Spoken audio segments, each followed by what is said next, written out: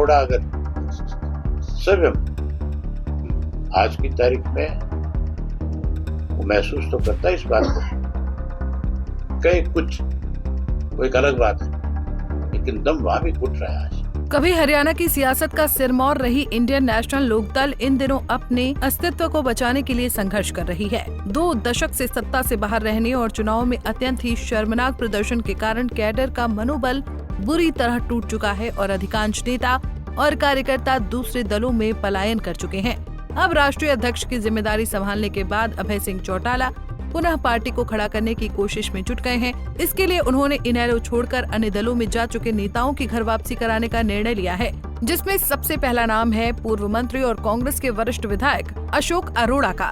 गुरुग्राम पहुंचे चौटाला ने कहा कि अरोड़ा का कांग्रेस में दम घुट रहा है, उन्हें जो सम्मान यहाँ मिलता था वैसा नहीं है, लिहाजा अगर वो इनेलो में वापस आते हैं तो उनका स्वागत किया जाएगा। जेजेपी में चाहे कोई कांग्रेस में, हम सबसे संपर्क करेंगे।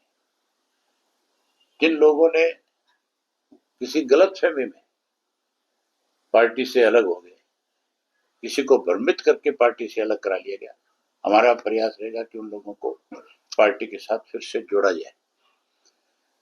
जहां तक आप अशोक अरोड़ा की बात करते हो, अशोक अरोड़ा अगर स्वयं आज की तारीख में वो महसूस तो करता है इस बात को, कई कुछ वो एक अलग बात है, लेकिन दम वहां भी घुट रहा है आज, परेशान है।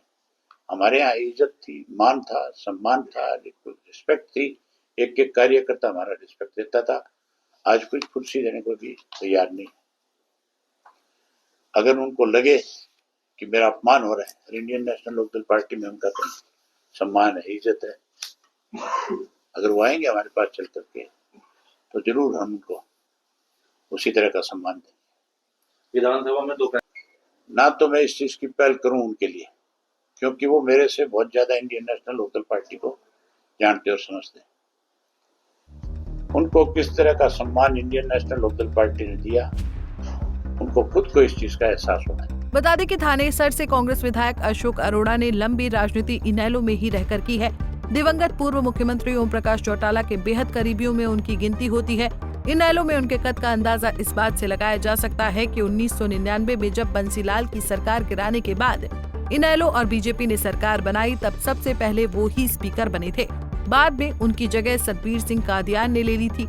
अरोड़ा न केवल इनेलो की सरकार में मंत्री रहे, बल्कि 15 साल तक पार्टी के प्रदेश अध्यक्ष भी रहे। हालांकि चौटाला परिवार में फूट और ओपी चौटाला की राजनीतिक सक्रियता कम होने के बाद उन्हें इनेलो में अपना भविष्य धुंधला नजर आने लगा और उन्होंने 2019 के विधानसभा चुनाव से ऐन पहले कांग्रेस में शामिल होकर नई सियासी पारी का आगाज किया। अरोड़ा तब थानेसर से बीजेपी के पूर्व मंत्री सुभाष सुधा से बेहद करीबी अंतर से चुनाव हार गए थे। हालांकि 2024 में उन्होंने हिसाब बराबर करते हुए इस बार वहां से जीत हासिल कर ली। अरोड़ा को कांग्रेस पार्टी में नेता प्रतिपक्ष पद का भी प्रबल दावेदार माना जाता है। ऐसे में अभय चौटाला के ऑफर पर वो क्या रुख अपनाते हैं, देखना दिलचस्प होगा। गुरुग्राम से पंजाब केसरी टीवी।